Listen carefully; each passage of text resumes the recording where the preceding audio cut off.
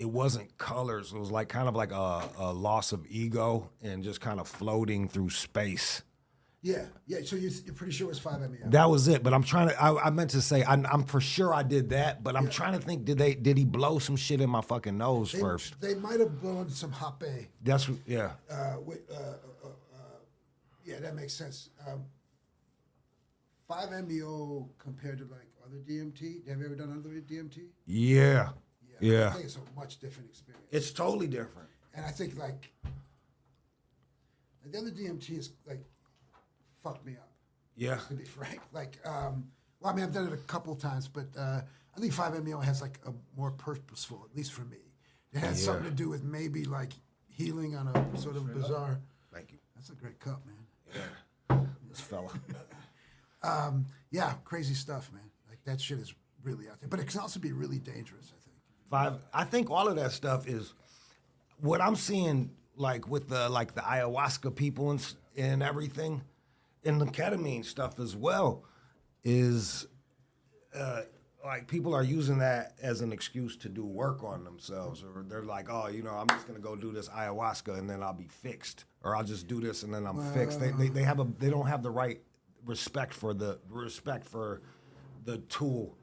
Does that make sense? No, it makes total sense. I mean, there's a lot of fucking hype. Yeah. Around cures. Yeah. And yeah, I mean, it can be work in itself, but you got to do other shit too. So it really, people. It's a big issue.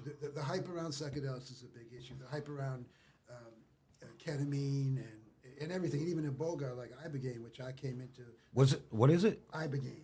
What's that? You never heard of Iboga? No, tell me. Okay, so like basically,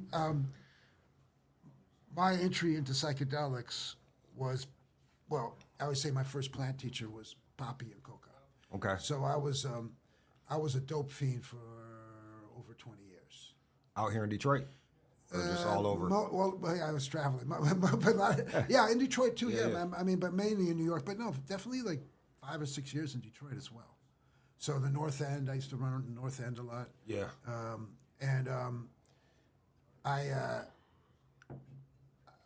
I came into the intentional use of psychedelics through Iboga. Iboga is a plant medicine in Central Africa and Gabon. Okay. It's a root bark used in a spirituality called Bwiti. Okay. Much like peyote is a central sacrament, mushrooms is a central sacrament, ayahuasca is a central sacrament. What does that mean? A sacrament at the center, I should say, a center of a spiritual practice, right? Okay. And so ayahuasca varies greatly depending on the people consuming ayahuasca. So it's not indigenous people on a monolith of culture, right? Yeah. So much like there's a sacrament in the middle of like a spiritual tradition, we'll center it in the middle, right? Right. And then there's the pharmacopoeia of the surrounding area. So the desert, the Dimitri, jungle. I gotta stop you. Yeah. You gotta talk to me like I'm a fucking retarded 4-year-old. What's a pharmacopoeia? What's the? And can you shut that door too, please? Yeah. What's a pharmacopoeia? Pharmacopoeia just means the medicine. Okay. Like the medicine in like the jungle. Okay. The medicine of the desert, just the medicine. So like the natural medicine, like pretty much wherever we come from. Okay. There were folks that knew what the plants were that did whatever. It could be in Northern Europe. It could be in the Horn of Africa. But there was always, that's where our medicine comes from, is nature, for the most part. Ketamine's an exception, right? It doesn't, but we can get to that later. Okay. But okay. Like valerian root makes Valium, that type of deal? Yeah. I mean, coca makes cocaine, right? Yeah. Praise God. So like, fucking Marco should have told you something about me. I kind of wanted. Well, cool. Well, I kind of wanted to be like this, Right. and like the other thing too is, it's No one's gonna know it, right? yeah, no, cool. like I'm cool. you don't. I think you're so used to. I don't think you understand how dumb everybody else is, me included. It's taking us. There's so many people that just aren't familiar with a lot of this stuff. Well, I wouldn't say dumb, man. What I would say is I'd ignorant. be dumb. I'd be ignorant, not in a pejorative, a degrading way. Yeah. Man. Like I'd be ignorant to the way you do this work, right? Yeah. You know what you're doing when you come in here. So anyway, okay. So like those traditions, Okay. there is a medicine, and I'll just say drug because. It's easy. It's a shortcut. It's some folks get offended by the word drug. I don't. I don't either. Yeah, I think it's a neutral term that has been, given a bad connotation. Yeah.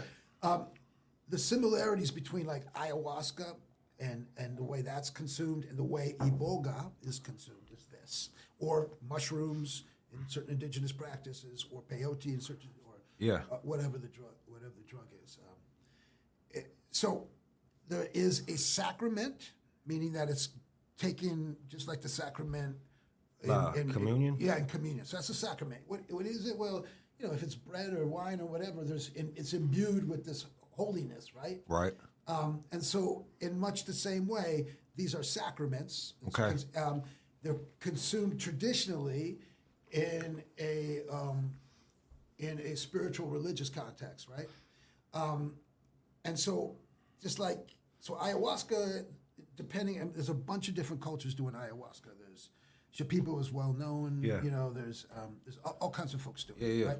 Throughout Central and South America, right? But often what happens is there is a ritual, just like eating the Eucharist. There's a ritual around that, right? Yeah.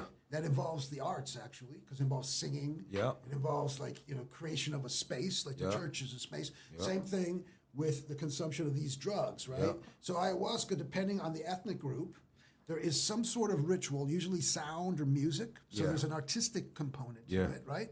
And then often it's involved in an initiatory process, like your first communion, like a baptism, like a bar mitzvah, whatever that might be involved in it. And sometimes it's about healing. Often it's about healing, right? Yeah. What we might call psychological issues or PTSD or some shit like that. Folks in other cultures would view it as a spiritual issue. Okay, so there's usually an artistic component around it, right? Song, sound, right? Chanting, right? Right. Because you got to carry people through the experience, right? And deepen the experience. So there's and then there's also, when I talk about the pharmacopoeia, there's like the other plants that exist in the surrounding area. Okay. So like, if you're in the jungle or the forest, the plants around there that this might be for someone's eye problem. And they tend to complement each other too. Yeah, right? and then they become a working system, right? Like tomato and basil grow next to each other. Yeah, well, yeah, and then these people over thousands of years have found out what works, what doesn't work, right? Yeah. And what works for what. So there is, and then often there is a connection to the plants that take on supernatural or spiritual components. So Gabon has this plant, which is Iboga, which is and the second layer of the root bark is this powerful psychedelic, right? Yeah. We call it a psychedelic. It's a sacrament. They also are in an ecosystem that is really rich, probably the most diverse in the world. It's if you look at that sort of strip of green around the planet, right? Yeah. It's the one. It's on it's coastal, west coast right on the equator of Africa. Right. The equator. You could drive back over the equator when you're in Gabon, which I've been to several times. And then there's a ritual around the ingestion of it, right? And that in Iboga has properties are many. It's like eating sawdust, by the way. You're literally eating sawdust. Yeah. Right? But there's a way that you consume in the West. It's called Ibogaine. Is it like kava? Like when you have is it like when you have the kava in your mouth and it tastes like dirt and stuff like that? Dude, yeah, but more like dirt with battery acid and so you got to eat spoonfuls of sawdust. Ugh. But the way it's consumed in the West is through a hydrochloride, like coca is to cocaine. Right? Okay. So it's a white powder that's put in a capsule. Okay. That has some of the properties. So in Gabon, one of the things about it is it lasts way longer than, if 5-MeO is the shortest, right? DMT is the shortest, Iboga would be the longest, lasting as much as several days. Not necessarily in a deep trip, but like in the effects of the Yeah, medicine. you're just gone. Yeah, Yeah, you're gone. It's a very complicated. I mean, you vomit. And one of its properties, and the way that I came about it, it was white people didn't discover it, but there were some white people that discovered one use of it, right? Yeah. Which was my friend and teacher Howard Lutzoff, that the ingestion of Ibogaine can interrupt physical dependency on opioids without withdrawal. Oh, is this? Yeah, I think I know what you're talking about. Like I know people that would get sent like down to Puerto Rico to Mexico. do do like a psychedelic that would get them off of dope. That's it, bro. That's the one. And so like my work with that was so I say like people talk about plant teachers. Yeah. Like like cannabis is a plant teacher. Yeah. Iboga. I think my first psilocybin. My first plant teachers were coca and poppy because I was a dope fiend. Yep. And so I used to speedball. I speedballed every day for years and years. I was in psychosis for many years. I mean, I was a musician and an artist and all this kind of stuff. I grew up in the city on the west side. Yeah. And I got involved in drugs very early. But so they were my first plant teachers, and then my life became very small. 21 years ago, I was getting ready to die. A lot of people had died around me, including my common-law wife, died pregnant. Oh, my God. And then I went from living in New York to living in my parents' basement and back here in Detroit. You said your life got small, huh? Yeah, man. I mean, drugs can expand, and then or it tightens that loop. Yeah. And in a way, man, like you start to explore drugs for that expansion and also a release of pain. Yeah. And then what happened with that is the ultimate bargain, right? The Faustian bargain, right? The bargain deal with the devil. It just becomes smaller and smaller. My world got very small. I was living in the basement. I was parking cars for a living and hustling to make that $220 or whatever it was a day. Yeah. And that's when I went to do Iboga. And I went to Holland to do it. That was 22 years ago, which, my desire, I'm Greek American, was to just go to Greece and just die. Because my first thought in the morning was to kill myself. My last thought at night was to kill myself. This was after many years, because at the beginning, dope's pretty fucking good. Yeah, it's pretty neat. This episode of this episode of Coffee and Tree has been brought to you by ChemDrug. Dog. See? I'm really not good at this. This episode of Coffee and Tree has been brought to you by ChemDrug. Only available at Luxury Loud, Detroit. Peace. That's neat.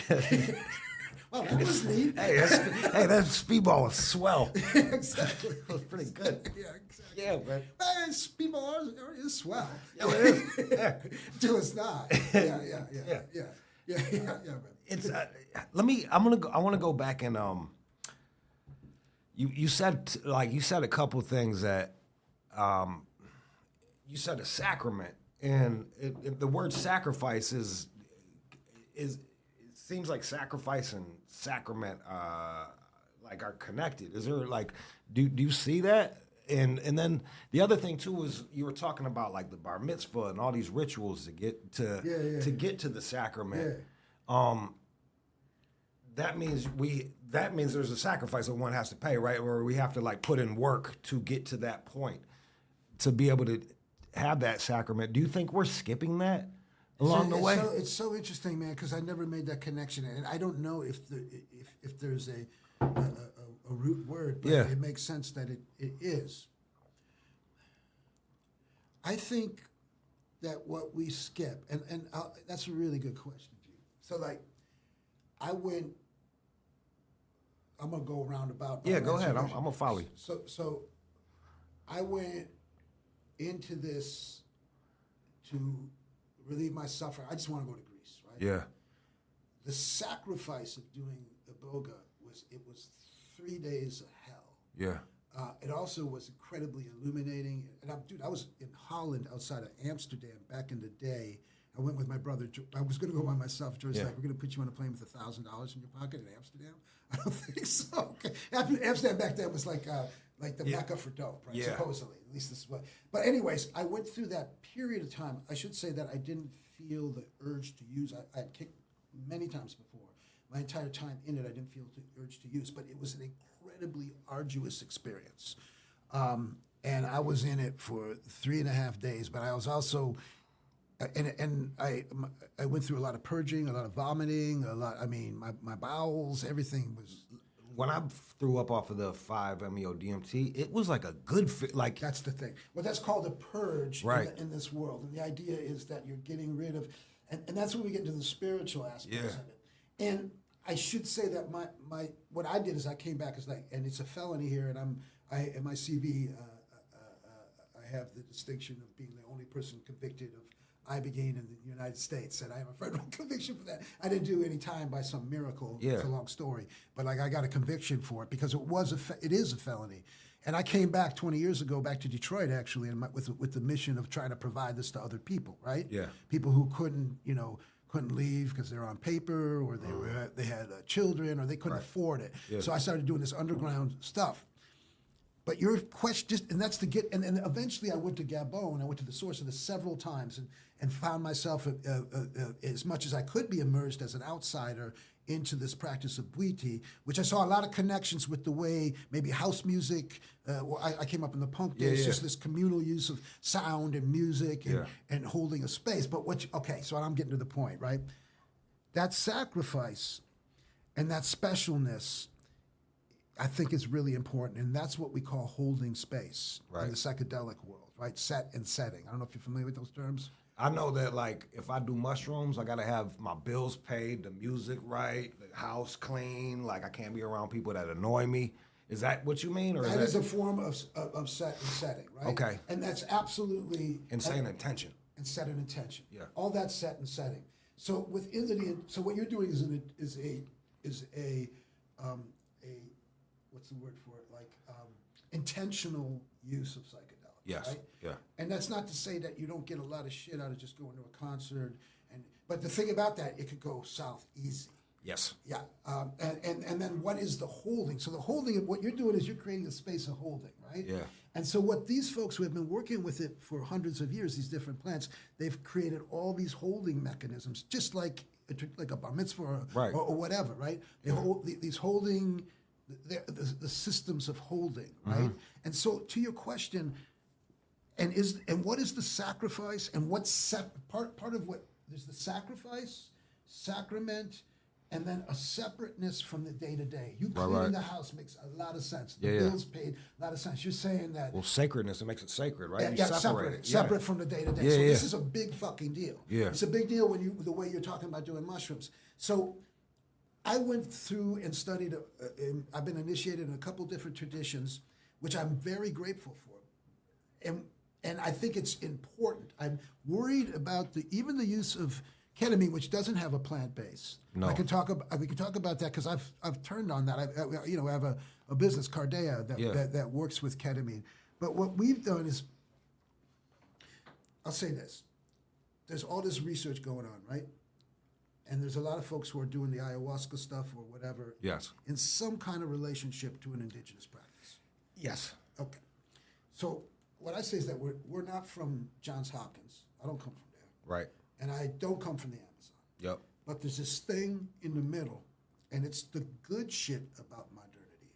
It's the good shit about Western culture, right? Which is art. Yes. And where do we come from, man? I come from the dance floor. I come from the punk club. I come from a gallery space. I come from... You come from Greece, bro. Oh, yeah, I'm Greek-American, but I also come from Detroit. Yeah, straight up. Yeah. And so Detroit's an incredible spiritual, artistic place. It's one to me. It's a vortex, and I also lived in New York for years and years, right? Yeah. So that, of course, my Greekness comes into it, but there is at best, and I'm not saying it always happens in this country. There is some kind of mixing. I'm not saying it's perfect at all, but that's part of the gumbo. Yeah. I mean, the gumbo referring to New Orleans, which is where, like a lot of our culture that we like, music, right? Yeah. Comedy that's an American art form, right? No. Anyways, I'm digressing, which I tend to do. Go ahead. But that middle space of our culture is where I've become interested in. So I'm not from Johns Hopkins, but we're not medicalized, because over-medicalizing it puts it within a structure that I think is dehumanizing. Okay. And then I'm also not from the Amazon, but I honor so I'm medically supported. Yeah. If you're going to do a session with me, make sure that we talk to a doc, make sure that you're not on any meds and all that, and that your heart's okay. I'm not from an indigenous culture, but we also honor those cultures. Yeah. And also, we're grateful recipients, but not to the point of cultural appropriation, because it's not, roll your eyes, because actually, but no, it's okay. I get you, bro. I talked to an anthropologist. I got an interview, and I asked him about that, and said we don't even think about cultural appropriation. Yeah, dude. Because it's fraught, but we can get into that if you want. I don't want to talk about that. Okay. That shit bums me out. Yeah, okay. All right, but there's a way of holding space. But we also have a tradition of drug use in this culture that goes back years and years and years. Yeah, we're pretty good at it. Yeah, we're pretty good at it. And we can create space. Yeah. I mean, last night the DJ Saved My Life is about like folks finding healing on the dance floor. Yeah. Not that I were dancing in a movement. So the space that I've created after studying with folks and being in this world is about vibrational instruments, which a lot of people are using now. But I'm not using just indigenous instruments. We were using electronic instruments. So do you know about that vibrational stuff? Man, I can't break it down scientifically. But I can feel it, right? Oh, no question. No question. I was saying the other day, like, man, it was like, fuck, man. I was listening to some of this the new stuff that's coming out from the kids, and there's a discord, and it hurts my heart. Like it's not like I'm an old man. I don't understand it. It's like it's almost like an intentional bad vibrations that I'm hearing through in popular music, and I found that to be a bit concerning. Yeah, and the way I thought about it was like this: what music helps plants grow? That's all I want to know. Mm-hmm. It's not good or bad. Stevie Wonder, The Secret Life of Plants. Straight up, bro. Like I just want to know what helps. I hear that shit. I'm like, this will murder a fucking fern. Like this shit will murder a fern, dog. Well. That's really interesting, because there's always, like I was talking about pharmacopoeia, there's always a connection to plants, right? Right.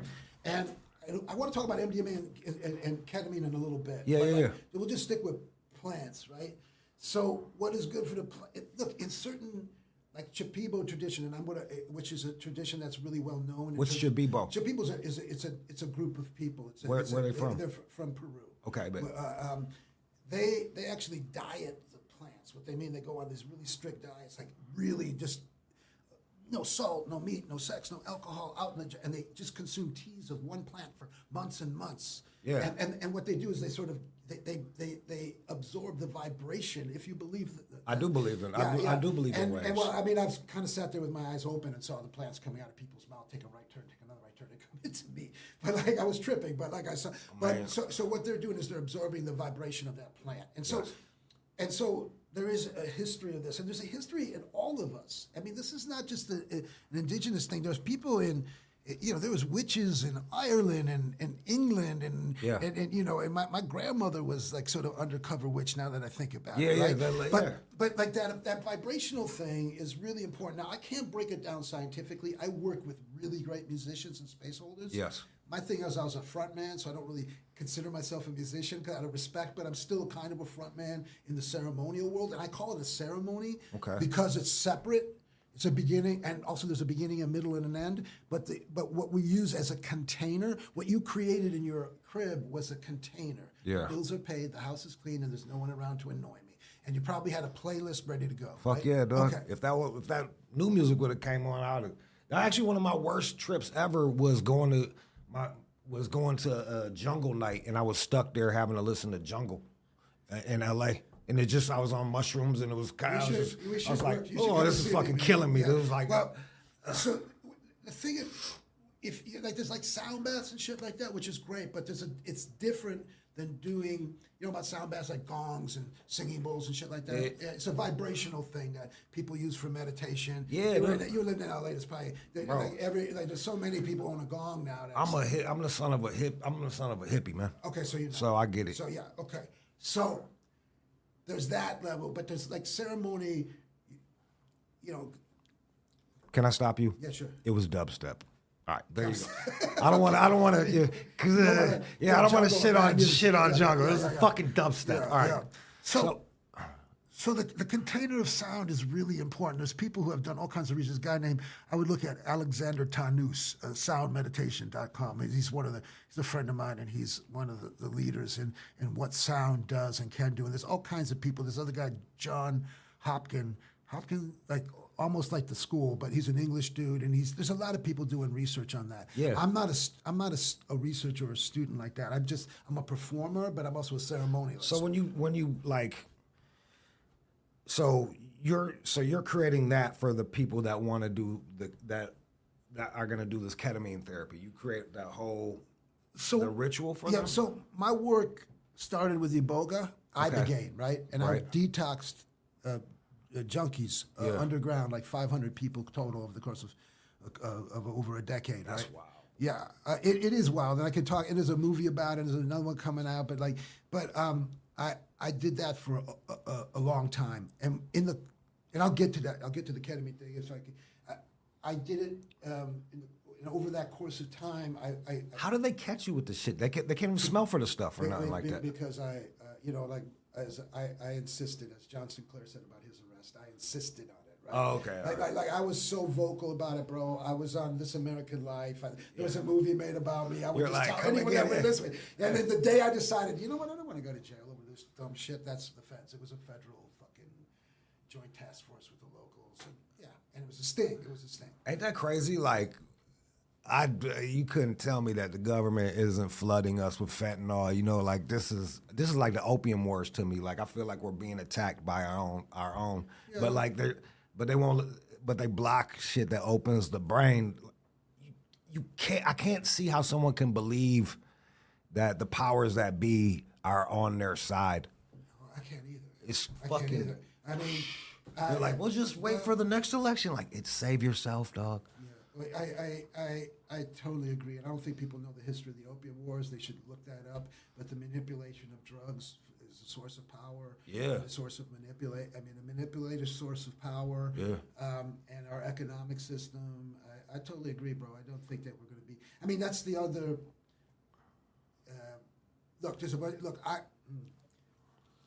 I got sprung from dope, right? And then I thought I could replicate that, and it turns out I couldn't. Because there was a bunch of, I went to Greece for 3 months afterwards, which I hadn't been to in 30 years. Yeah. I would kept saying, I'm going to come home and do that. I was like, just stay, because Dimitri wasn't fucking shooting up in the bathroom no more, right? Yeah.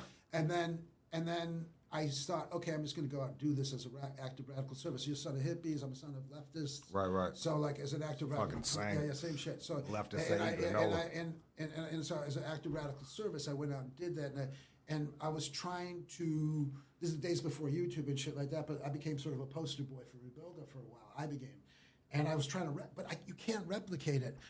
So this idea that MDMA or ketamine or mushrooms is going to save the planet or save humanity is fetishizing of the medicine to the point where it's like the actual work of structural change is not about introducing or removing a drug or even making drugs legal. I was involved, for years in drug policy stuff, but I realized that at the core of what was going on was not that the fact of illegality. I'm an anarchist. The fact that I bought the illegality thing, I can't believe I did it. But the idea is that like we make drugs legal, we take out the criminal element, and things will become better. But there's a criminal element that's embedded within the system. So if you look at Central and South America, they're like, well, drugs are destroying it because of these cartels. But there were cartels for generations before that. There was a cartel called United Fruit. Banana motherfuckers, right? Banana motherfuckers. They had a cartel that did the same shit, toppled governments, kidnappings in the streets, the rubber cartel. So it's an economic system, regardless of whether drugs are legal or not, right? So, and then just simply introducing, like the hippies' dream was simply introducing in the acid in the water system would change shit. But you got a bunch of fucking fascists that trip every day, man, and that's not the tools. There's other tools. I think what troubles me is that, and I'll double kind of add on to your point it's you're still looking to authority to legitimize this fucking thing over here, and it's like, yo, bro, this has been here since forever, and I hate that it took a doctor to co-sign you doing mushrooms. It's like, yo, bro, you're already, if you still are doing that, you're fucked. You're done. My mail. So this when we talk about a container, we talk about a space. We have to understand that the container in which we are living in right now, which is the economic system, and everything that feeds into that economic system is, and so like people will come out of a mind-bending trip, and the only thing they can think of, like expansive mind-bending trip, is like, how do we get this to the FDA? There's never been a revolution that started with the FDA. Yeah. It's never going to happen. Yes. Okay? And the point about the doctors is that, particularly on psychiatry, as an anarchist, that the basis of anarchism, in my anarchism, is that and this is not mine originally, that authority is not self-justifying. What does that mean? That means Noam Chomsky broke it down like this. You are not, because you're older and bigger than a 4-year-old, you have no authority to slap that kid aside the head anytime you feel like it. I don't know. You might want to. Fuck this Chomsky guy, man. I want to die. Depends on the kid, right? Straight up. But let's just. All right, let's go ahead. just All right, assume go that's ahead. true, Okay, fine. No. Okay. All right, fine. Okay. All right, so, but you Okay. do have an authority if he's starting to run across the street in the traffic to snatch his little ass up. Yeah. That's his justifying authority. Right. And you can continue that. So the authority of the medical establishment, particularly the psychiatric medical establishment, is clearly not, in my opinion, has not been.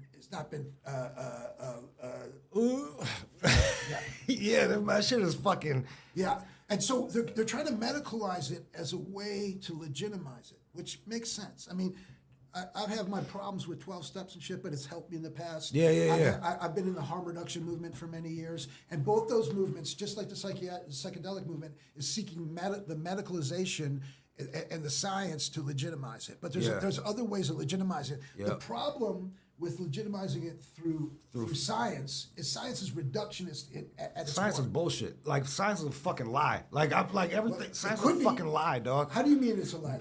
They use science to push political agendas, Absolutely. and they ignore certain things. And it's like, then where's the money behind science? It goes back to petroleum and bankers. You think they're gonna want real science to come out? I don't believe fucking science no more. It goes back to research, like Yeah. who's paying for the research, Yeah. what the politics of the research are. Yes. And the same thing with psychedelics, because they told us, I'm 61, so they told us 40 years ago that Prozac was going to save everything. Before that, it was electroshock. Before that, it was something else. Else. So they're introducing this in the same way. First of all, with the idea, and this is Cardea again, the company I formed, right? Right. Because I'll get to that in a second, but with the idea that you are sick and broken, and that there's a diagnosable disease that is brain-born, Yep. and they don't know shit about the brain, really. Nope. Not in a way that would be related to like relieving suffering and any sort of market a way that you could sort of check the list. So in other words, they're looking for the antibiotic of depression, right? They're looking for the antibiotic of PTSD, right? Yep. And so what was happening with me when I became like the advocate for Iboga, like, hey, I got off of dope, this and that, but I had a bunch of shit that happened sort of structurally that was in place for me. I went to Greece, I stayed in Greece, I had a family that supported me, I got a job, but before that I was an artist anyways, and so I had something to come back to.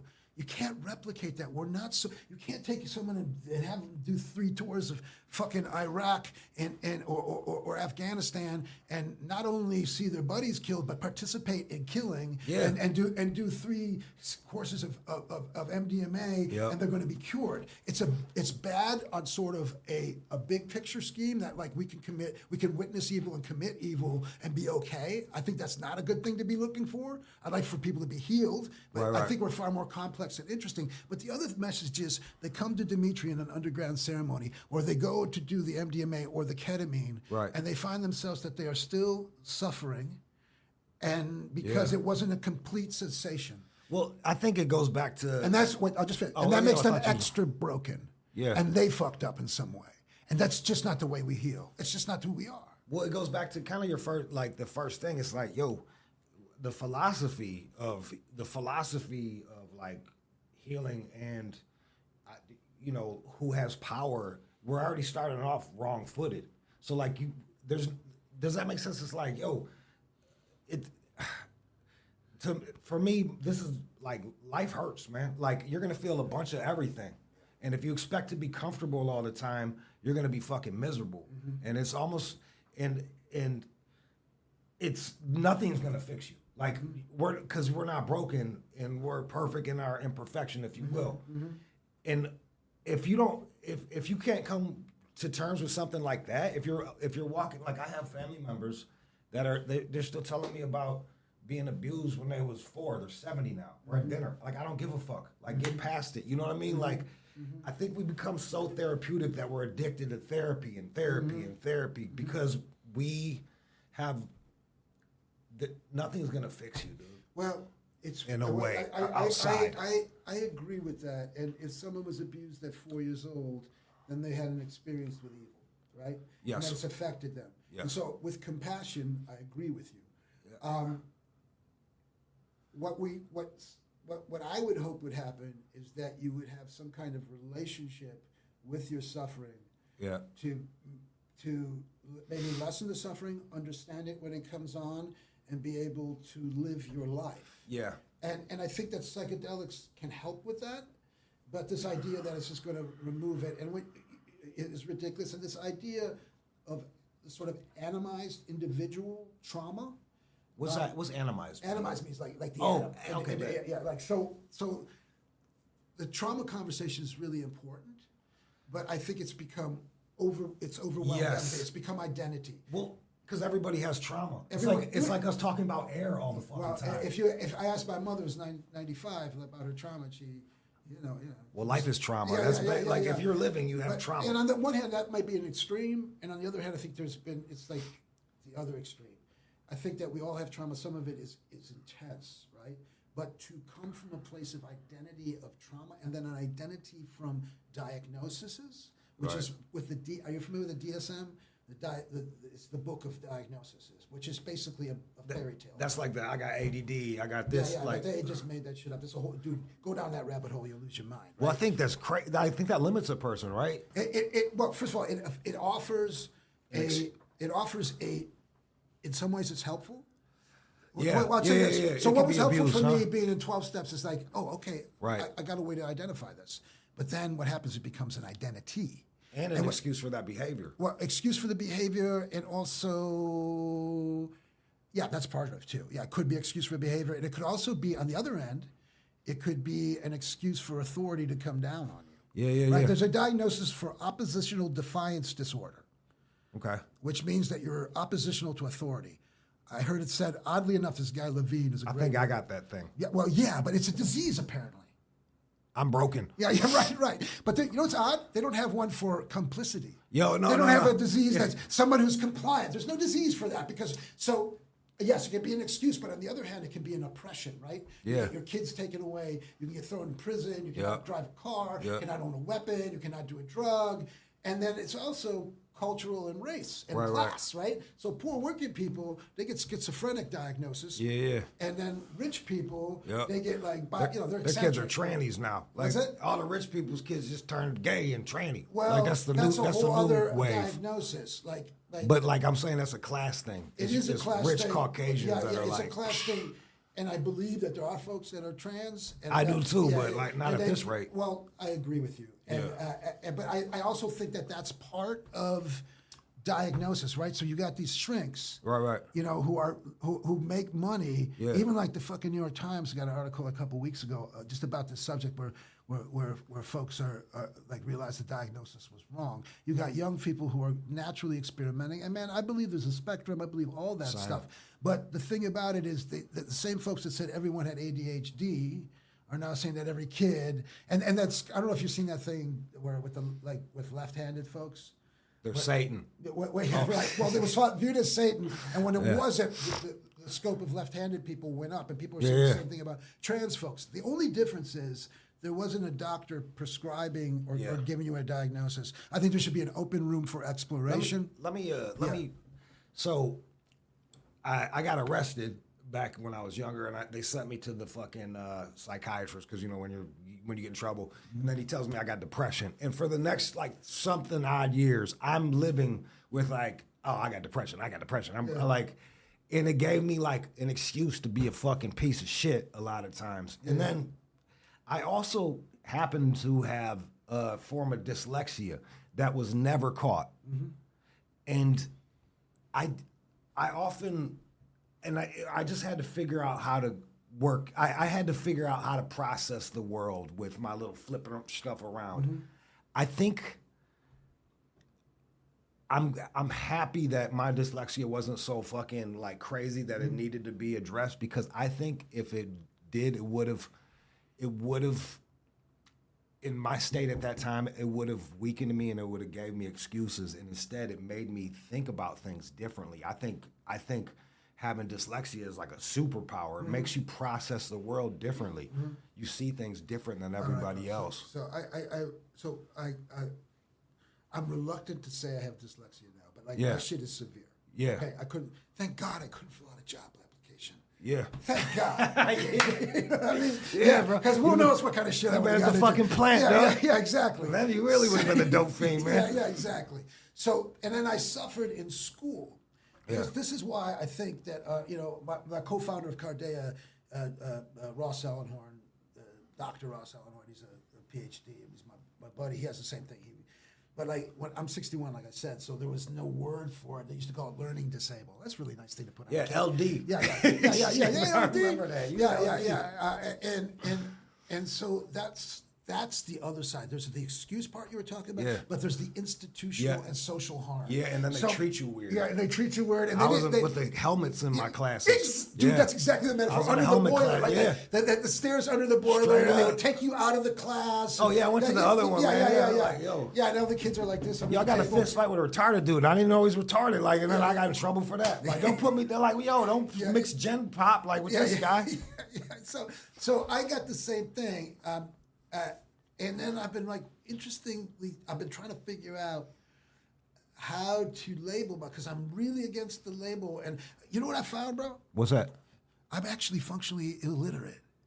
What does that mean? It means that I'm functional, but on some level I'm illiterate. I fucking love that. And I started to put like this thing at the bottom of my emails that I'm dyslexic. I want to put functionally illiterate just to see, just to fuck with people, because that's what I am. I'm functionally illiterate.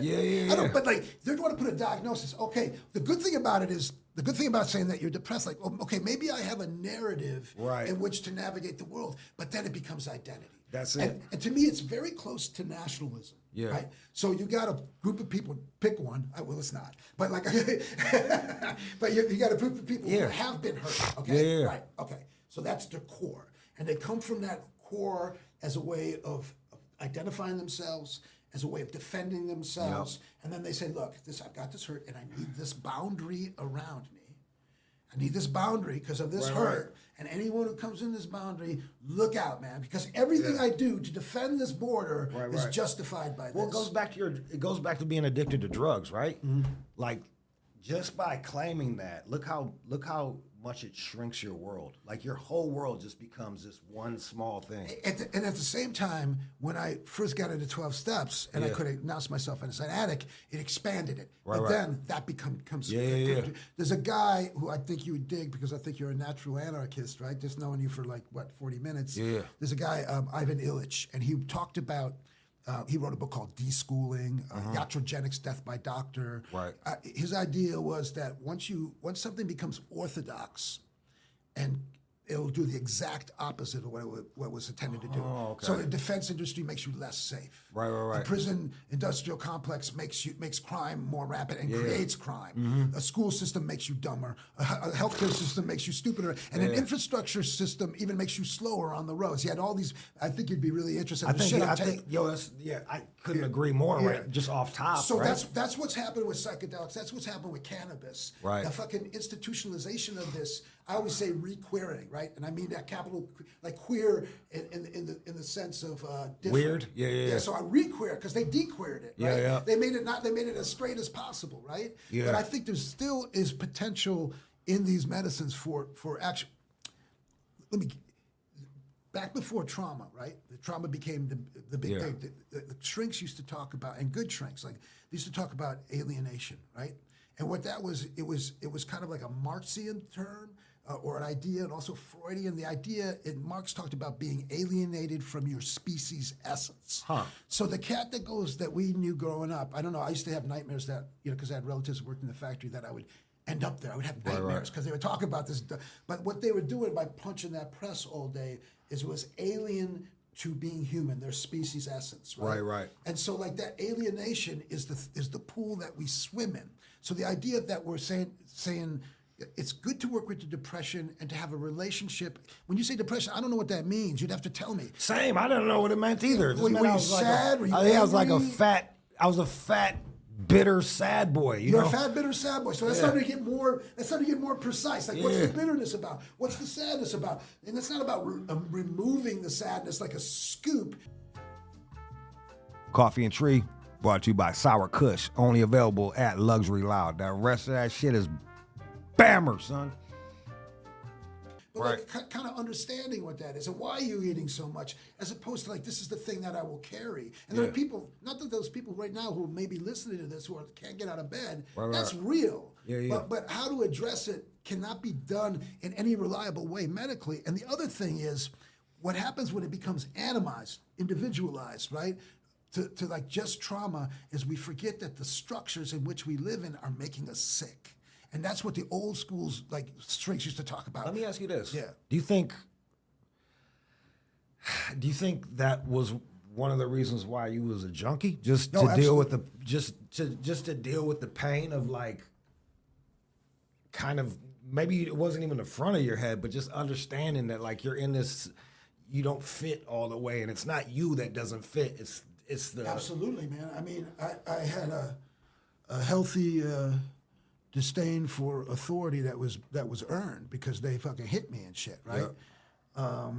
You know, money was tight around the house. I grew up in Detroit, which I'm really grateful for. But there was like some violence around me, right? There was like, and then I was raised in a politically aware house, right? Right. My dad was a little bit old school, so he handled things different. I don't even know if it was bad, but different. Like it would be described as something different today. But the leftist ideas that I kind of grew up with also gave me an awareness about the structure, and then that manifested in all those things manifested into anger, and then music, right? Music like was the freedom that like, but that drugs were accompanied with that, and then like first it was free. But it was also a freedom, but it was also an anesthetation of pain, right? But a lot of it was like where, you know, and like I think privilege is still accurate. I got some privilege. I don't have class privilege. I got some race privilege depending on where I am and all. But like the fact is that this structure is it's designed to. It's against the species essence. It's not meant for a flowering of a human being. So as a kid, the shit was oppressive. It's still oppressive. Working at Walmart's is oppression, man. Working being an engineer at the big three. I don't even know if there's a big three anymore, but like that's oppressive. It can be. So here's like a philosophical question: it just seems like we're an impossible species because as we get better at living, more of us live, but usually like what they say, over 100 people becomes like a weird abstraction. Like how, what kind of, like where can you live realistically that's not going to feel fucking oppressive? Well, I think that it's human to be sad and to be angry and to feel some sort of oppression.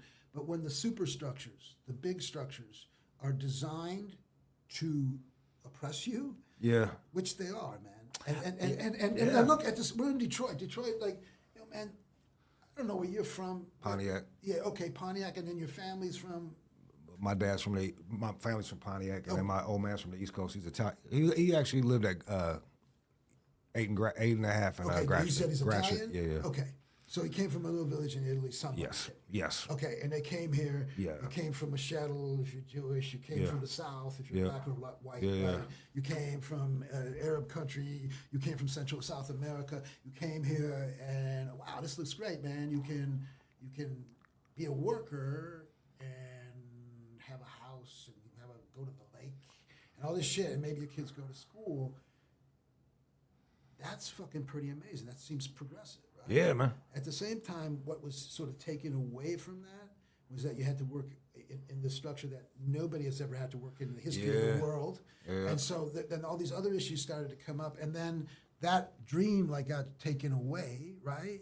That dream of employment forever. You were doing that for an exchange of employment and never having to worry about starving again. But then we traded it though. That was the worst part. No, like we got traded. Yeah, but like, well, here's the thing. Like, I feel like both you and I were already born. It was already a rap. We were born as something that was already a rap. Yeah, it was a rap. Yeah. But I remember just like watching motherfuckers like go to Walmart and just sell out little stores so they could get an extra bag of chips, and it would drive me crazy. But you're talking about a consciousness that it didn't like just disappear. There was workers' consciousness amongst the Italians, amongst the Mexicans. I mean, you go look at Diego Rivero, right? There was a workers' consciousness amongst Jewish immigrants, and what happened is that got bled out. So there's a consciousness aspect, and then what is available to somebody gets bled out. So man, I don't want to drink.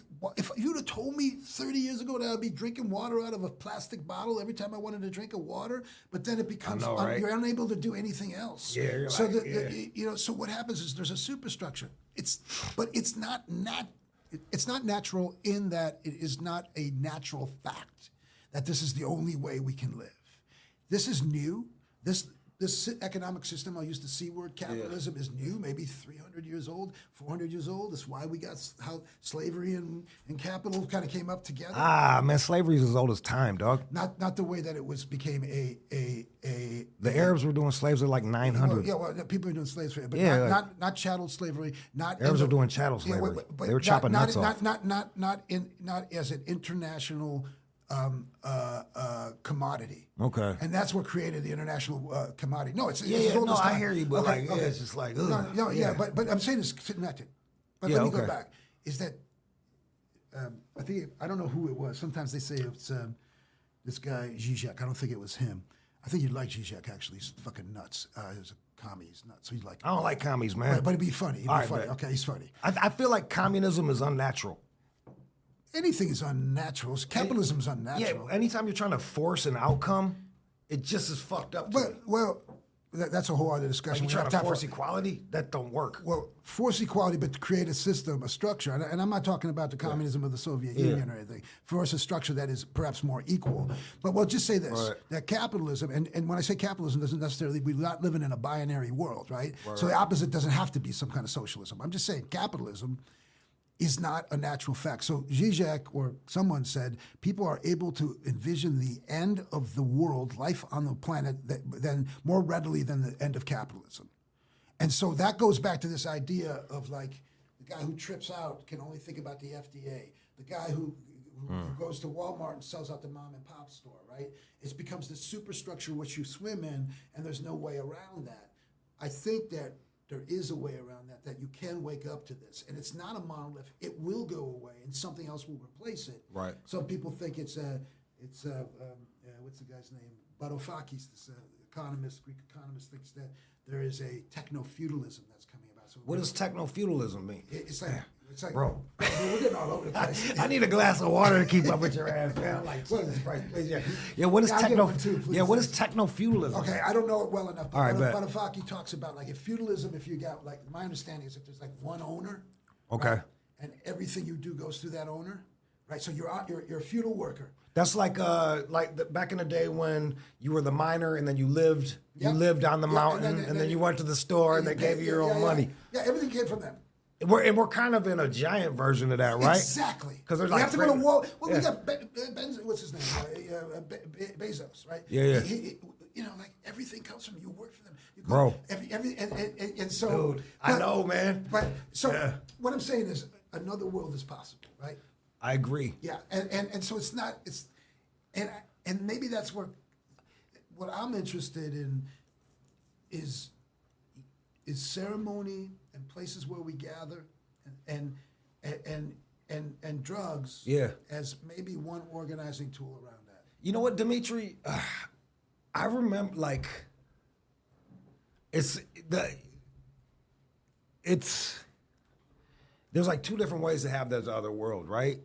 And I remember during the lockdown, I was thinking about slavery and how slaves could buy their freedom. And then I was like, man, they're making everybody sit down except for these rich motherfuckers. Like all of us, we think that we're free and we're all in our boxes waiting to be told what to do. And the way I was able to cope with that was to like have my heart open and go and like not just limit myself to this reality and be like, no, man, it's bigger than that. How did that look, man? Fucking, some days was easier than others, man. Some days I really felt alive, and other days I felt hopeless, and other days. But you had an intentional idea to because I can't control all of this, man, and I can't like for this type of change. Did you do a practice? I mean, what did it look like, man, when you did that? Man, I was doing psychedelics a lot. I had a fucking Godsmack moment where it was, I was doing tanks of, I was going crazy. I had a tank of nitrous, I had DMT, and I had acid, and I blasted off.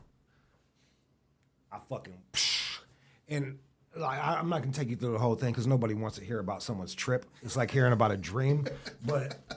It's like half my life, bro. Yeah, right. Yeah, you're like, yeah. And I end up with a partner who wants to tell me about her dreams. Oh my God. Yeah.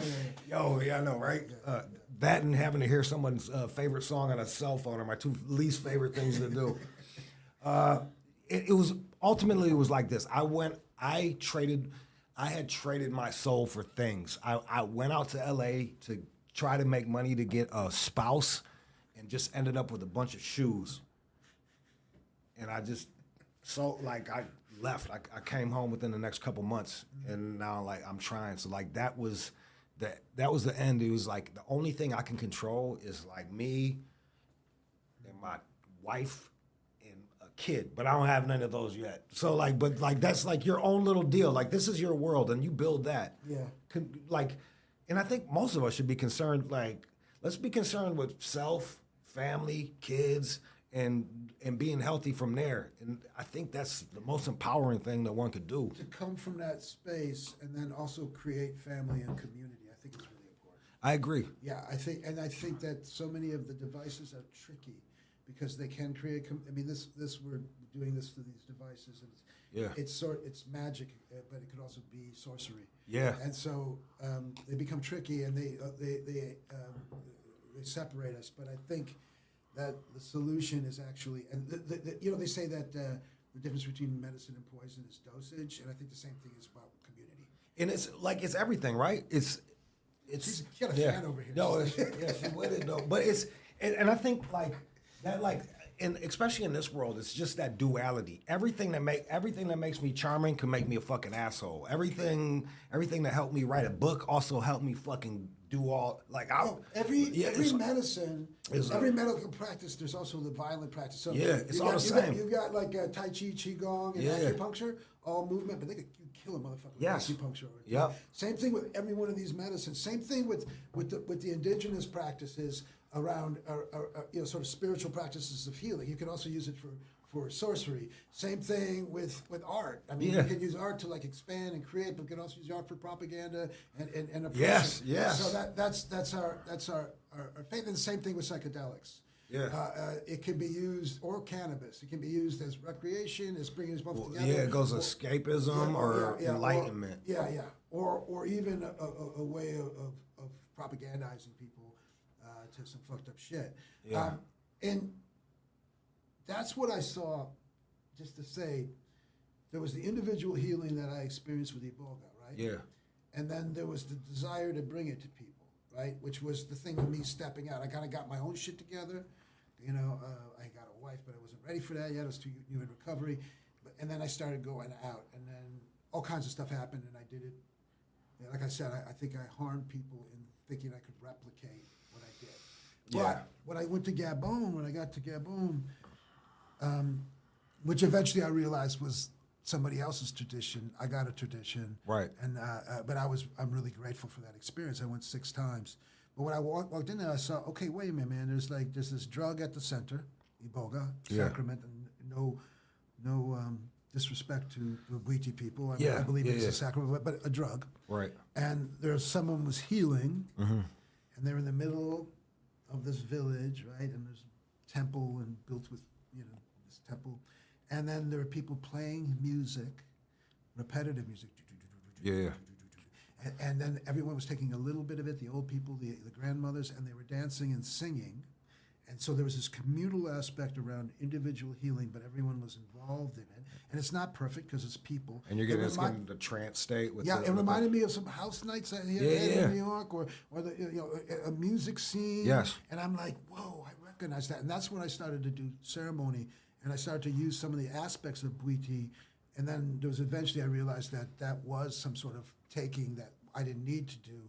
And I eventually got out of, after my arrest, I got out of Iboga because I was really concerned with the end result, which is different from trying to be in a community, because the end result is just to be with each other, right? Right. Yeah, we're not trying to heal something, remove something from somebody. We have a relationship.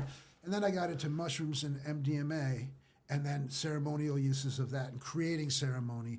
And that's what we do. Cardeo is my chance to come above ground. Yeah. So we got a space in New York where we do ketamine, but we do it in a way, I don't call it ceremony in the ketamine space, but I work with amazing musicians, Juan McLean, who's an amazing musician and DJ, and we use vibrational instruments, and we don't want it to be like this, like you're gonna go. I'm kind of going down a path right now, but we're not there to remove to simply hook you up to some ketamine and come back in a dentist chair and come back and you're going to be fixed. We want to help you create meaning. So instead of it being an hour thing, it's like 3 hours. It's not a good business model.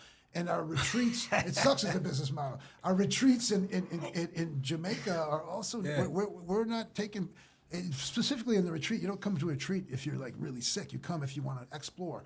But the idea is that we bring the arts into the space. That's what I saw in Gabon. Right. The arts as healing arts and community as healing. Right.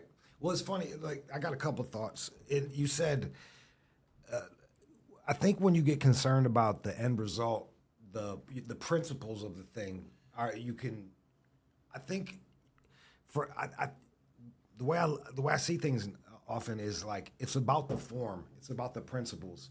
And then as long as you master that, the end result doesn't matter because you've mastered the principles and the steps. And if you get too concerned about the end result, then you might do weird things and shortcuts that actually pervert the practice. I like that. And there's also an element that is removed from medicalizing stuff. And even, I don't know, there's a guy, Foucault, who's a philosopher. He talked about the medical gaze, the looking at someone. Those gays out there, they're fucking turning everyone gay, right? He was gay, but the way, you can turn people gay because it's so fucking good.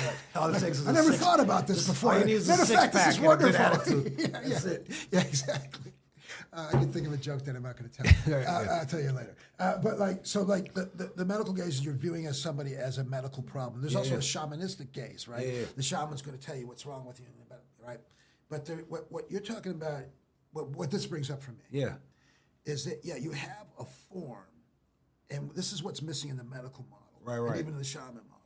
Is you have a form, but what you're doing is your improvisation in the form. It's improv. Right. So there is a structure, and you don't want to jump over it. You want to use the structure, this beginning and middle and end, and you want to be able to react to what's happening for someone. Yeah. So you're gonna come in with depression, and we're just gonna get the depression out of you by this model. Right. It doesn't work. What happens is relationship is the most important thing to any kind of healing. Yeah. So if you believe, if you're coming for a ceremony with me or you're going to a doctor, you have to have a relationship, which has been totally removed from our medical system. Bro. Yeah. They're unable to. Can you imagine how much I know how much they're suffering because some of them are my clients, right? Yeah. But within that space, a good therapist is not about the practice. The practice is part of it. Right. It's about using it to improv. So if we take a jazz analogy, right? Funny Valentine or a song like that, Miles recorded, Train recorded it. But it's so different because what they did is they worked within that, and through the improvisation, something else will happen. Yep. So it's an attunement. There's doing it by yourself, which I think is great. There's going out to a club, and then there's a deliberate way of doing it. So like to add on, it's like you don't have to have a crazy dogma to stay principled. You can freestyle your way through it, but you got to make sure you're hitting the right principles. Right. Well, you have to. It has to be in some way boundary within the boundaries. But not to the point where it's confining. Exactly. So the boundaries have just got to be the basic rules of life. Yeah. Basic rules of life. You don't you don't hurt somebody. Yeah. And you try not to. And if you do, you fucking correct course, right? And you create, there's boundaries in relational boundaries and stuff like that.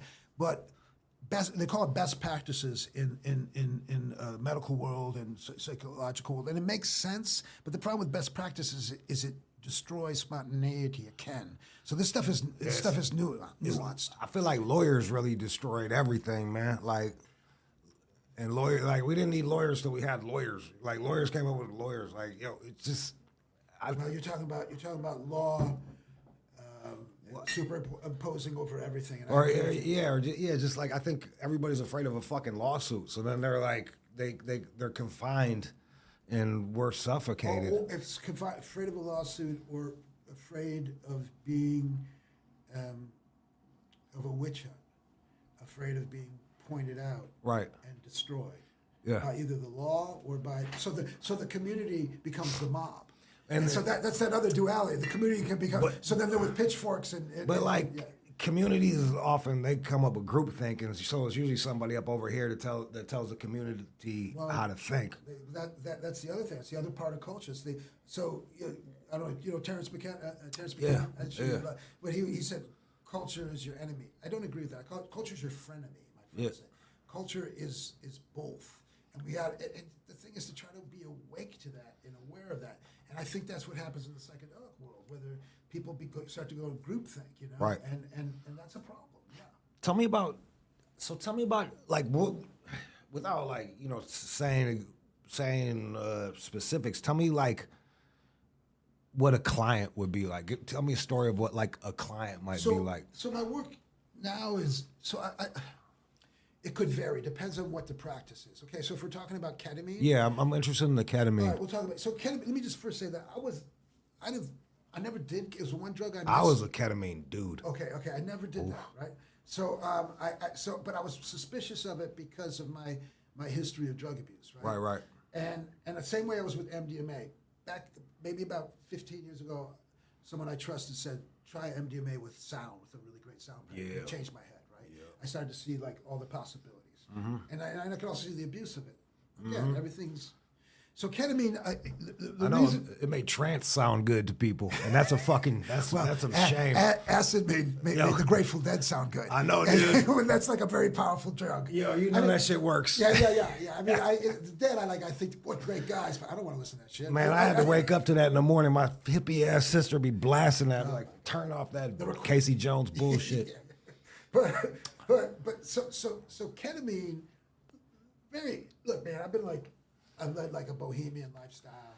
I've always been sort of underground. I'm getting older. I thought, okay, and I had this chance to work with Ross Ellenhorn, who was a therapist and sociologist, and I really agreed with a lot of stuff. And I also had a chance to work with Juan McLean, who's an amazing musician. Ketamine's a dissociative. That's what they say. So, yeah. Can you explain that to somebody that doesn't understand? Well, I mean, at its most extreme, you give someone enough ketamine, not ketamine necessarily, but a dissociative, you could operate on somebody at extreme, I don't know, where their liver could be hanging out and then be like, hey man, let's get a cheeseburger. That's that's why PCP, they always have the horror stories. Yeah. That's why PCP was used for a while. It depends on the dosage, right? So my prejudice was all those things. Right. The opportunity to work legally. And by the way, I've had this conversation with cannabis people. I've been working underground for 20-something years, right? Yeah. And the legality is actually a drag. Right. By the time I got into it, I'm like, I got to talk to these lawyers. I know. What the fuck? It was the only time I want to kind of tell a my bad lawyer thing. is get me out of this. Other than that, ask a lawyer to get you into something is a very difficult process. But with ketamine, it came to me we can work with this legally. And I heard so I started saying you know what? Let's try it. I started doing ketamine a little bit, and then with sound. And I'm like, wow, this is great. You can really, with an eye mask on, laying down, and having a really skilled sound practitioner or musician play. Yeah. Fucking amazing. Yeah. Then one day I was going through I was in a bad space. I couldn't turn the rumination, the fucking thought loops off in my head. It was a bad couple of months. Right? That's what it's called, rumination? Rumination. Cool. I know that. No, I get that's me every fucking day, bro. That's a lot. Okay. So what I noticed one time I was in a bad space with it, and I laid down to experiment with some sound, and then all of a sudden the shit got tuned down significantly and lasted for several weeks.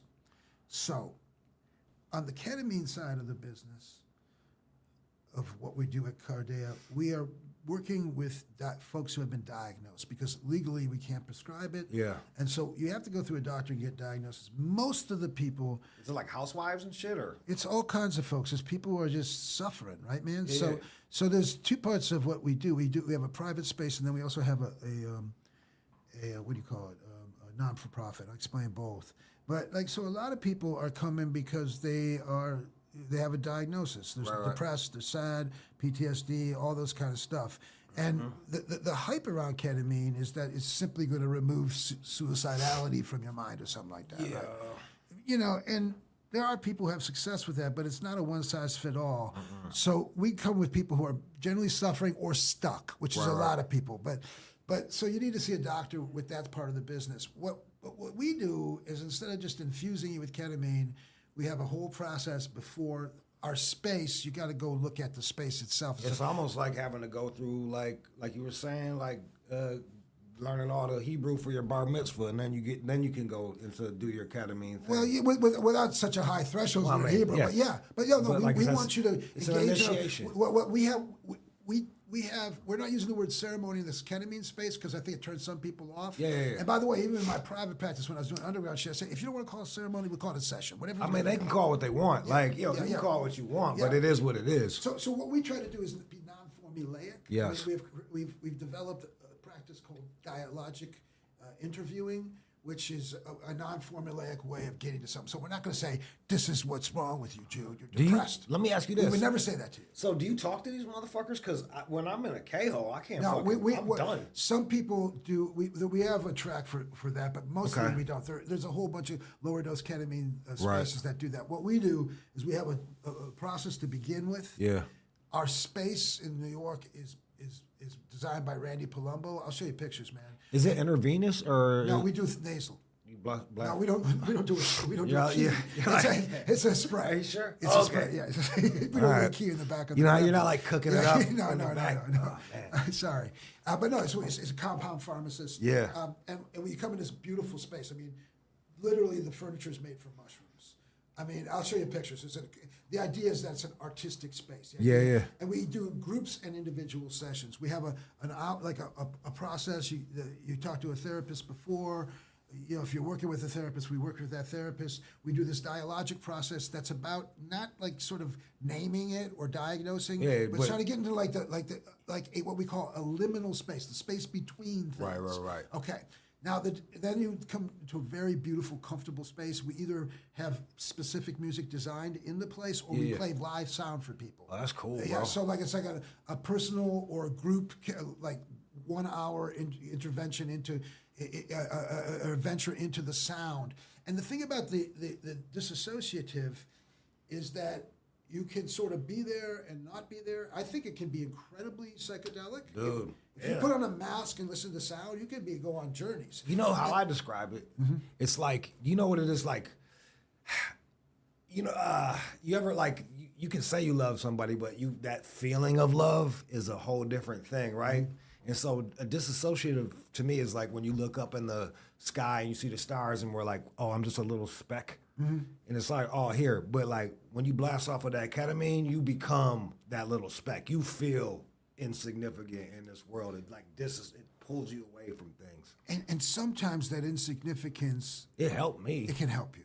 And when you say pull away, that's really important for me because what I believe in space. Right. Creating space. Space is the place, Sun Ra said, right? Yeah. And so I created spaces and nightclubs, and I've created spaces as a bartender. Mm-hmm. I worked in harm reduction. I created spaces in needle exchanges, holistic spaces. Right. The idea is that you create a container, like you did in your crib, and that creates space, right? And then sound creates more space, right? Yep. And then the drug can create more space. And then in that space, through space, you can gain perspective. And through perspective, a relationship with whatever your suffering is or whatever your joy is or whatever the feeling of insignificance is. And our job is to extend the liminality, the space between things. Right. So we make that longer. We got a bad business model at Cardea because we want people to stay there for 3 hours. not get in and get out, to maybe journal afterwards or chill or drink a cup of tea and eat some chocolate or whatever. Yeah. So there's more space. It's also the problem the problem we have with this culture of efficiency. What I like about psychedelics is how inefficient they are. Yes.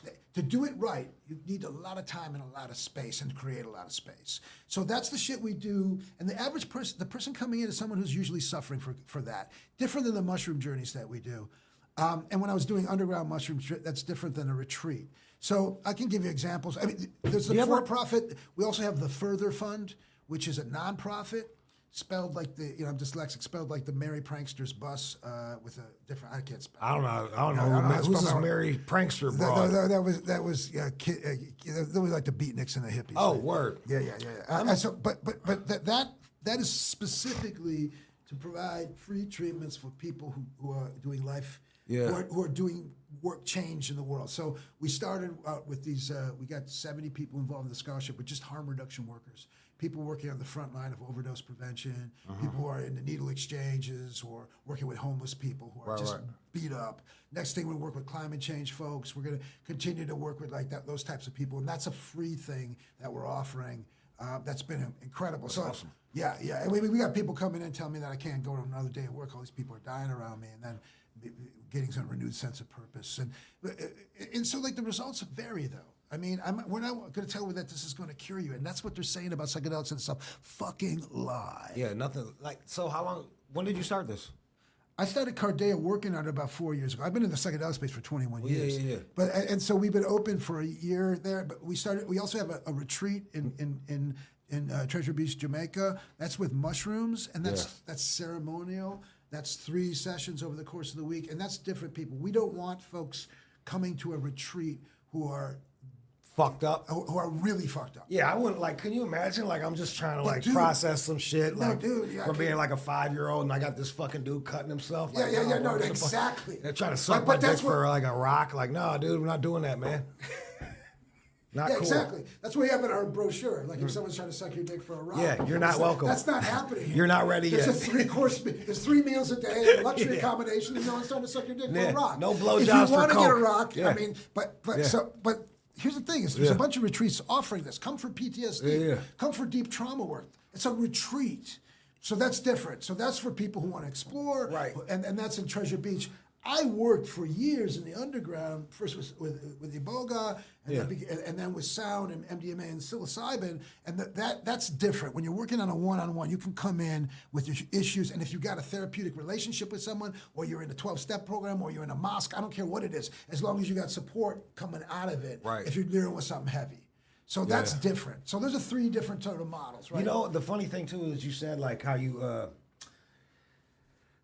I wouldn't do mushrooms for a really long time. I was gone. I was doing about probably about a gram a day of ketamine, just going off of that shit. Wow. And I wouldn't do mushrooms because mushrooms was it was too real. It was too real. It was that real mirror. Ketamine, I could fuck off escapism, process certain shit.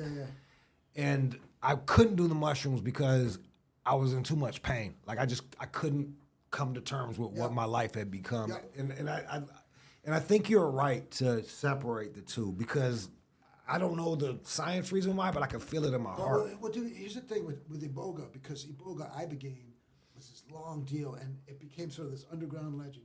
Like you said, it sparked something. Yeah. You heard about it. But for a junkie, the last thing they want to do is open up. Yeah, bro. You know what I mean? Yeah. So that opening up becomes daunting. And if you're not, and ketamine, the reason I find it really interesting, my personal experience is how I don't like how efficient, so we try to make it inefficient by making it longer. But there is something about being able to come in for an hour in people's lives, and then some folks notice an immediate decrease. Of course, there's people you got to be careful. You don't want to trigger something in terms of an addiction with folks, but it's. If I always say if mushrooms is a slingshot, this is a salve. It's like a lotion on your spirit, right? Yeah. And the mushrooms is going to challenge somebody. And so that's the thing that, in a way that might not be a good place. So that's the thing, a good thing. So that's the thing about introducing psychedelics on a widespread thing. Right. So most motherfuckers don't want to do it, and I don't blame them, right? Yeah. The other thing is you can't do mushrooms, you can't do Iboga, you can't do MDMA, you can't do ayahuasca if you're on medication, and people who are suffering are on a ton of SSRIs and all that shit, right? And like that's the thing right there. It's I think to get to some type of mental health, you have to understand that SSRIs are fucking evil. Like they're an extreme thing, man. Like I don't want to neuter myself. Well, I would say this. I wouldn't say they're evil because I get why you're saying it. Okay, I think the way things have been prescribed has been fucked up. Yes. Okay, and the fact that they're presenting it as some sort of indisputable science is fucked up. Yes. Okay, and it's already been proven that it's not an indisputable science. It's more there's an art to psychiatry and psychopharmacology. Fucking neuters you, dog. Like it chops your nuts off. Oh man. well, okay. There's that aspect. I thought you were using neuter in a broad term. No, but yeah, it's that like can happen it with some fucking people. kills the motherfuckers. Yeah. But for some folks, it can help them, right? And Yes. But the problem is one size fits all. And they're presenting psychedelics as one size fits all. And they're presenting psychedelics in the same model that there's a brain-borne, skull-borne illness that can be somehow scooped out of your brain and addressed. So there's got to be nuance with all this stuff. The problem with again, dude, I know you're not a commie, but the problem with we don't have to be a commie. Yeah. I got time to convert you, but they don't have to be a commie to like say that like the economic system is fucked because it's all about trying to get you back into the fucking job force, right? And try to make you normal again, right? Gabor Mate just wrote the book, The Myth of Normal, right? It's a fucking myth, man. Yeah. And that's the problem with it. It's a one size fits all. And this is more complex, but like we have to have time to spend with folks. We have to have this inefficient way of doing shit. And getting to know someone and may decide if you got a psychopharmacologist that can hang for a little bit and see, well, maybe we'll try this for a couple months and like we can pull out of it, but like, Yo, let me ask you this. You talk about time and speed and like I have a feeling we can go a whole nother direction with this, and this will be a cosign for your hatred of money. I don't hate money. Money's magic, though. But money's both sides, dark magic and light magic. So, I heard the theory of you think about you plant the seed, you grow the thing, you take it but credit, you get your shit before you put the work in, right? Mm-hmm. So, as we have more credit debt, then we're kind of speeding time up in a way. That's interesting. I don't know enough about credit. I know there's plenty of people who have written about it. Yeah. I thought that was, yeah. But there, it is a form. It's speeding time up. It's like trying to cash in on the crop before you even dug the soil. And then it's catching up. It's a way of creatively used. I guess it could be a way of moving forward. But for most people, get imprisoned by it. Time does feel faster between all of our technology and everything. Oh, it does.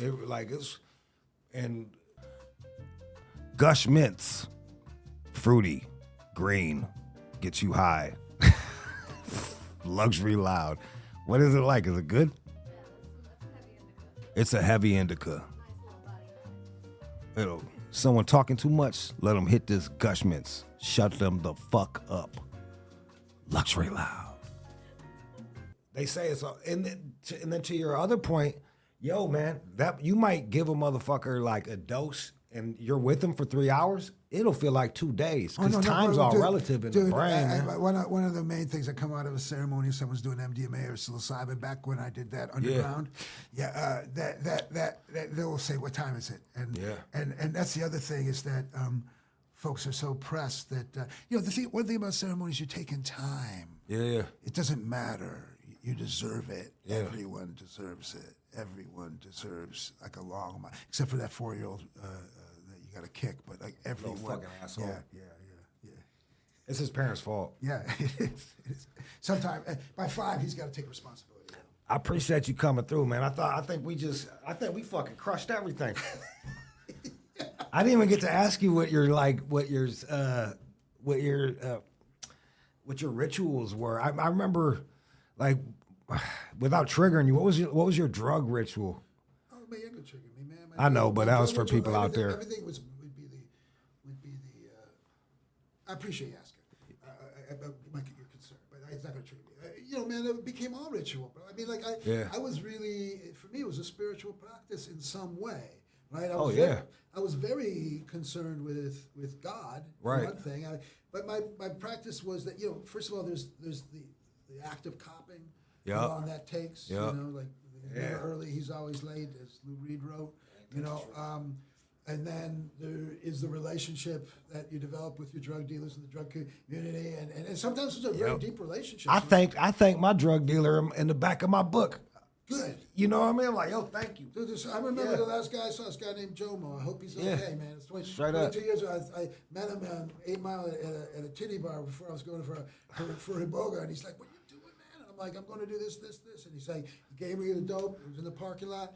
And he said, I hope I never see you again in life, which was really sweet. I love that shit, man. But like, my ritual was like, you get the shit, and then, I was an injector for most of the time, and then the injecting of it, and the anticipation of it, and the mixing of the cocaine. Yep. I mean, I'm going to trigger a lot of motherfuckers, right? But like, that whole thing became part of it. It was this deprivation and release, deprivation and release. It's this is the thing. We find God. We're gonna look for God. We're gonna look for ritual. No matter what, we're gonna find it somewhere. And that's what same deal. I'm pouring my shit. I'm baking the ketamine. I chop it up. I do this. I do that. I pick my soundtrack like a Brian Eno or some shit. Throw that on and just blast off. And that was like, we find rituals. We find something to worship. Because I think we're creatures of ritual, and I think that we get sidetracked from it. And so my rituals, I'll just say this I tell somebody, look, it's a ceremony if you want to call it a ceremony. This is when I was doing my private work. We don't use the word ceremony in the ketamine space, but there is rituals involved in it, right? Because we don't want to turn people off. But like, for a while I was trying to do this Ouija thing. I'm a Greek Orthodox. I was raised. You trying to do a Ouija?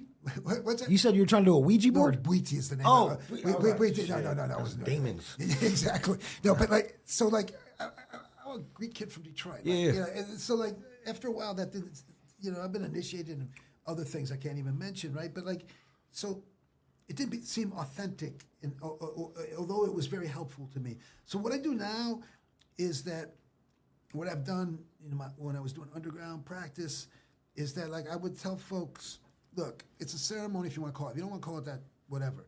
But it's separated. We'll call it a session if you want. Separated from time. I will be talking to my personal sky god in my head, and there will be aspects that I'm doing, but that's got nothing to do with you. So what I'm doing is I'm being very present in the situation. Now, I do hands-on stuff. Yeah.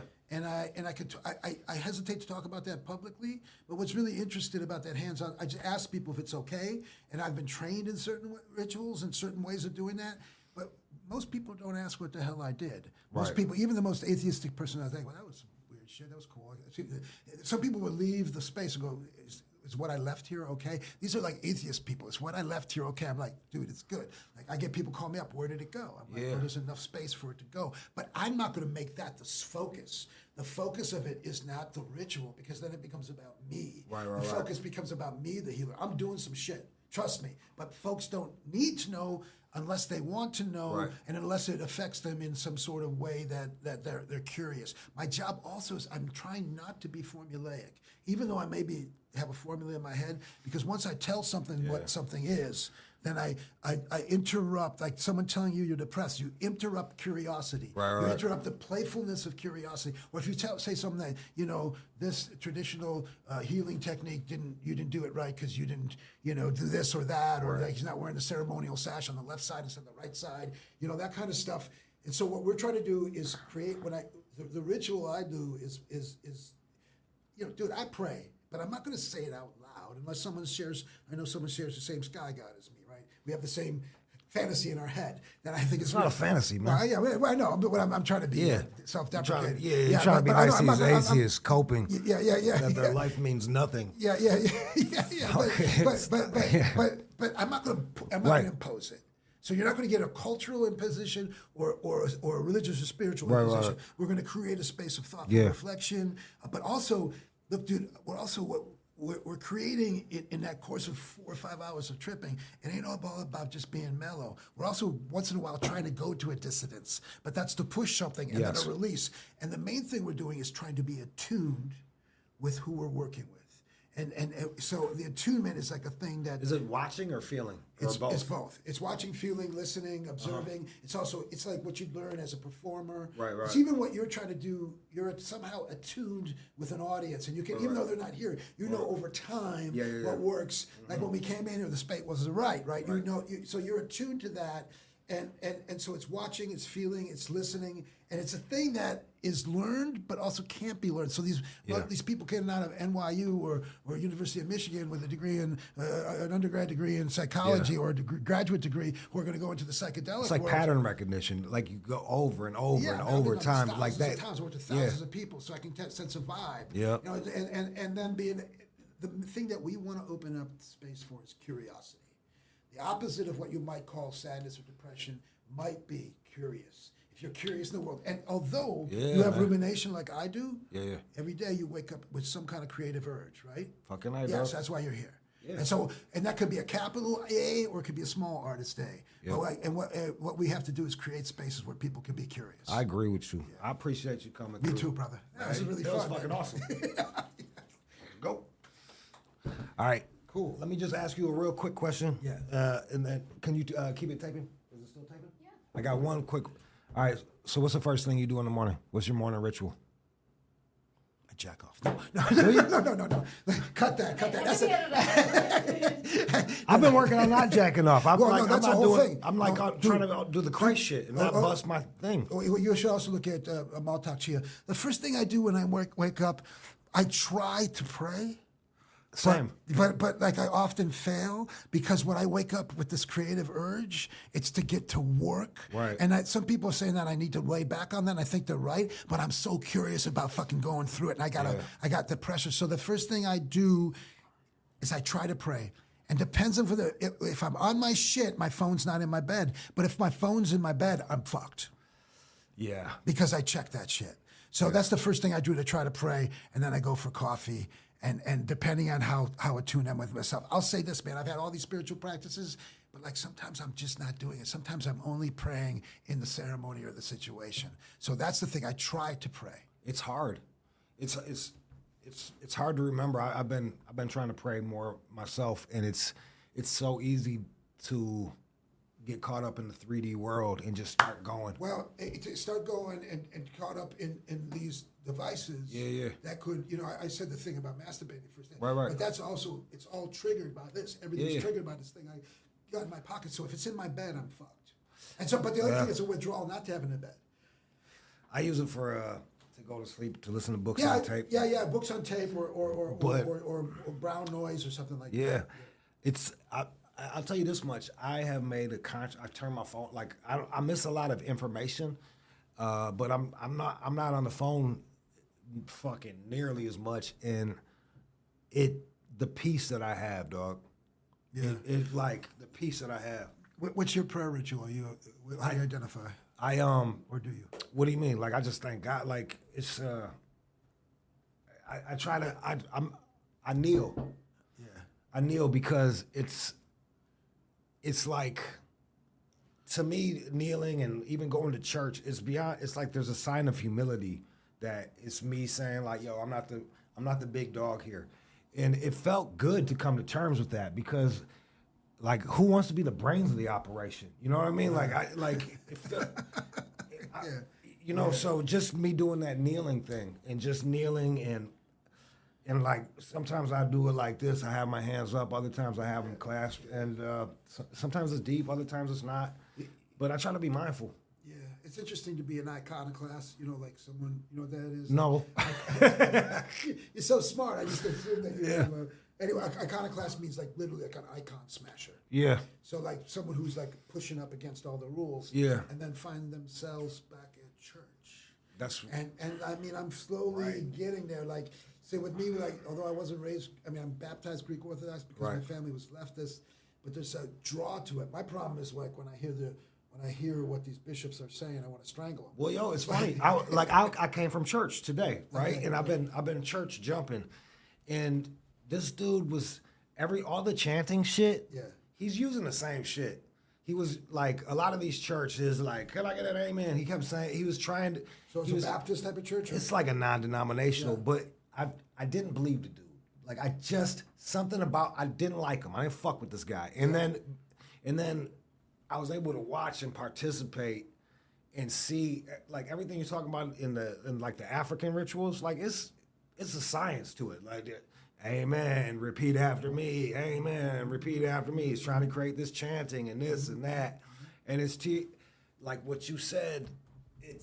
It could be great or it could be extremely manipulative. So you have to be very careful and you got to vet who you let drive that car. Folks, I mean, people want to go to an indigenous tradition that's outside of theirs, and that's cool. But remember, folks are folks. Don't put like it's actually sort of a racism to think that like they're going to be like somehow pure. Oh no, yeah, it's like they're the noble savage or some bullshit. Straight but yeah. I mean, it's like cool. You're wearing a fucking dashiki and like burning shit. But like, there's also some fucking incredible shit can come from that, and like it's weird. Like I might today's Sunday, I missed it. Yeah. but like I started listening to like Greek Orthodox like music, and that shit is trippy. Yeah. It's really trippy. So I can take that. I can take the incense. I love going to hear a good Baptist preacher, man. I mean, like I'm a talker, so as a kid, I used to watch like the black preachers and what's his name, Swagger, and all those guys. I mean, I love that because I talk shit. I know I'm a performer like you are, right? Yeah. And I can appreciate it and I can be moved by it. But then there's the underlying bullshit in the Greek Orthodox Church. There's the underlying bullshit of the preacher. So you just got to be able to take what you can and find God where you can find it. But like for me, after all these years, and I don't impose this, I'm a Christian, and it doesn't matter to me whether the resurrection is real or not. It doesn't matter. It's the least important thing. I'm right I believe it, but it's the least important thing. And the fact that I believed it, maybe I've made myself believe it. But like, I was talking to a friend, I can't remember the name of the author, but the difference between mysticism and then logos, logic, trying to impose logos over mysticism. This unexplainable shit. Yeah, man. And for me to be in some sort of spiritual communion, I mean, I know how to. I've been in trance states before. Yeah. I've been in voodoo ceremony, but I've seen trance states in an Orthodox church. I've seen them in a black African church. I mean, like one of my first major spiritual experiences, stumbling onto a tent revival meeting on 8 Mile. Wow. Filled with Christians, all of them were black. Yeah. And they fucking laid hands on me. I was fucked up. And they knew I was fucked up. And like I feel that right now in my heart when I think about it. And that could have happened in a Muslim or a Jewish or a Hindu ceremony. It could happen anywhere. Right? But the fact and there's all the bad shit that goes along with that. There's the other side.